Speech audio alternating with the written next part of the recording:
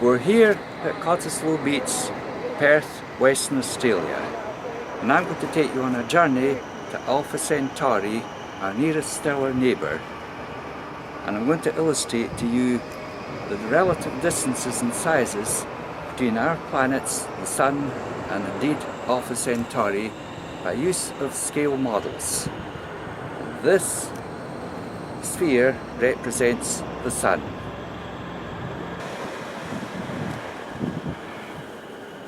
The ball representing our Sun would be placed here. Mercury, the innermost planet, would be 4 meters out from the Sun and would be represented by the steel ball and this ballpoint pen. And Venus, 7 meters out, would be another steel ball and a pen, while the Earth and Moon would be represented by these two pens pointing to one another at 9 meters distance, but only 1 centimeter apart. While Mars is represented by another pen 14 meters out from the Sun. To reach our model for Jupiter, we've got to pace out nearly 50 meters away from the Sun.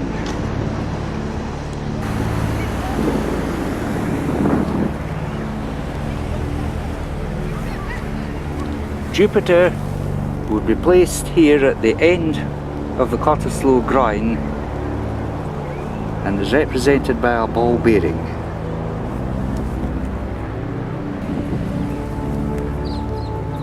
At 90 meters distant, Saturn would be represented by a smaller ball bearing.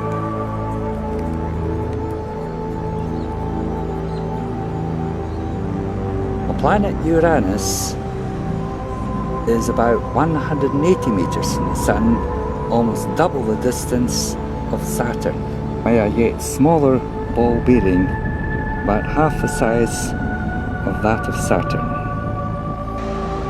Neptune is 280 meters from the Sun and is the same size as Uranus. At about 370 meters distant from our model for the Sun, at the Indianatariums, Pluto would be another very fine ballpoint pen.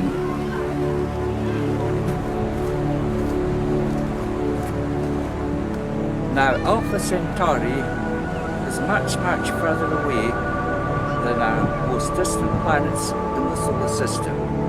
In order to get there on our scale model, we would have to leave Cottesloe Beach, indeed Western Australia, and take a flight to our holiday destination Bali, some 2,600 kilometers north of here.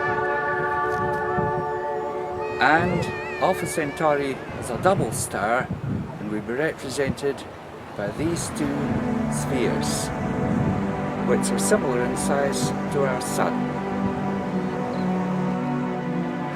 Alpha-Centauri A and Alpha-Centauri B orbit one another once every 80 years and are the same distance apart as between our Sun and the planet Uranus.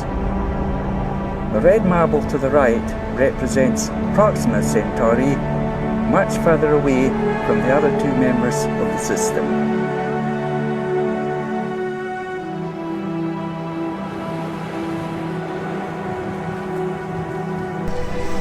So we have to fly a very long distance.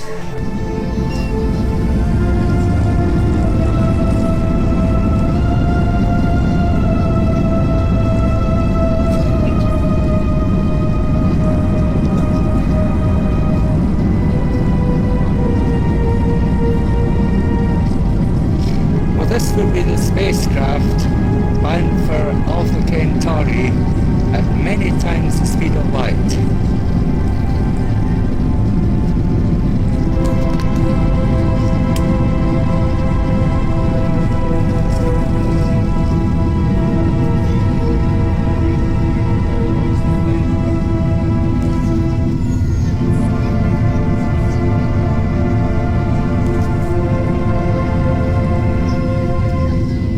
city of Perth in Western Australia, where our model of the solar system is situated, now drifting away behind us.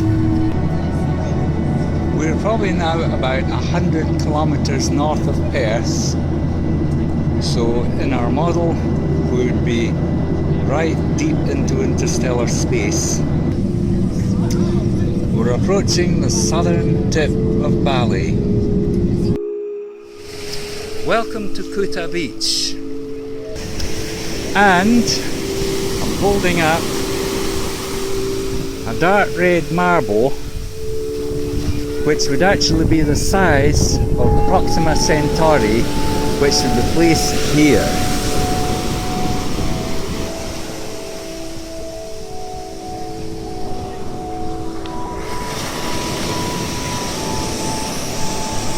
Pretty small in comparison to the vastness of space, which could be represented by the vastness of our oceans. We're coming towards Permuturan on the north coast of the island, having left Kuta far behind us, about 80 kilometres distant. We're arriving at Taman Sari, where we will be staying, where Alpha-Centauri A and B will now be shining bright. And it is here I would place a globe similar in size to the Sun here on the beach.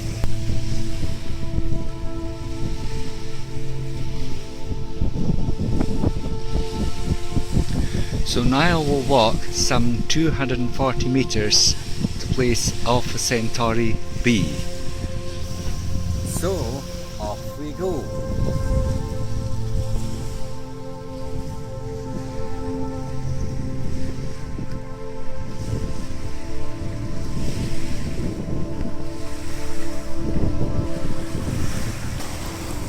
We're now the full distance from Alpha-Centauri A to Alpha-Centauri B, and we'll place the second globe on the sand here.